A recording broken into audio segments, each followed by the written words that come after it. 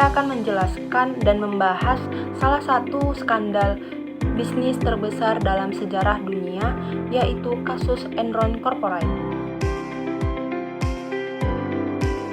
Enron Corporate adalah perusahaan asal Amerika Serikat yang didirikan tahun 1985 di Houston.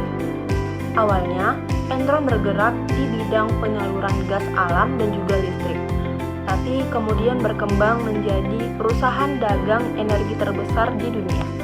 Pada akhir tahun 1990-an, Enron dipuja karena berhasil mengubah industri energi menjadi seperti pasar saham.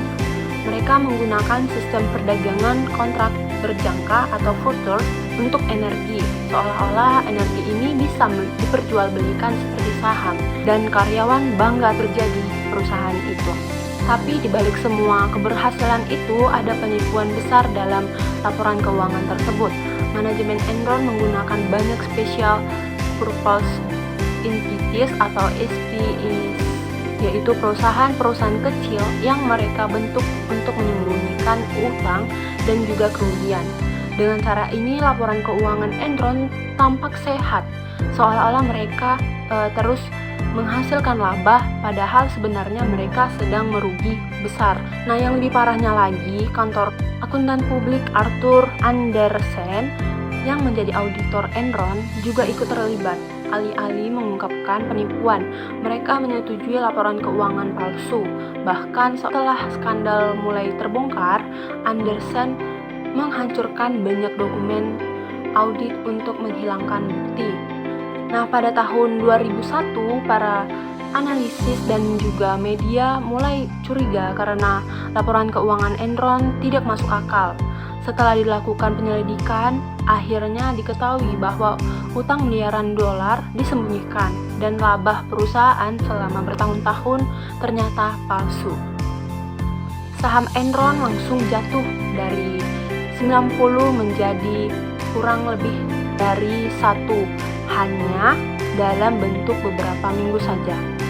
Nah, dampak skandal ini sangat besar. Yang pertama, ribuan karyawan kehilangan pekerjaan dan juga dana pensiunnya. Lalu yang kedua, kehilangan miliaran dolar.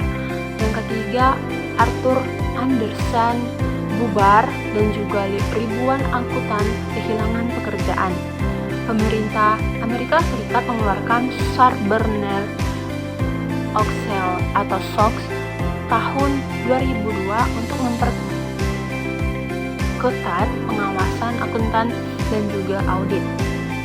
Dari kasus ini kita belajar bahwa etika dan juga integritas dalam akuntan adalah hal utama. Lalu yang kedua, manipulasi laporan keuangan hanya memberikan keuntungan jangka pendek. Ketiga, auditor harus independen dan juga objektif, bukan berpihak pada klien.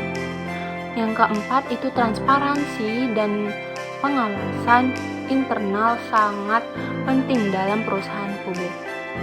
Jadi kesimpulannya, kasus Enron ini bukan hanya tentang kegagalan bisnis, namun ada juga kegagalan moral dan juga integritas profesional. Dan juga kasus ini menjadi peringatan keras bahwa satu kebohongan dalam laporan keuangan bisa menghancurkan segala-galanya, reputasi, pekerjaan, bahkan seluruh industri.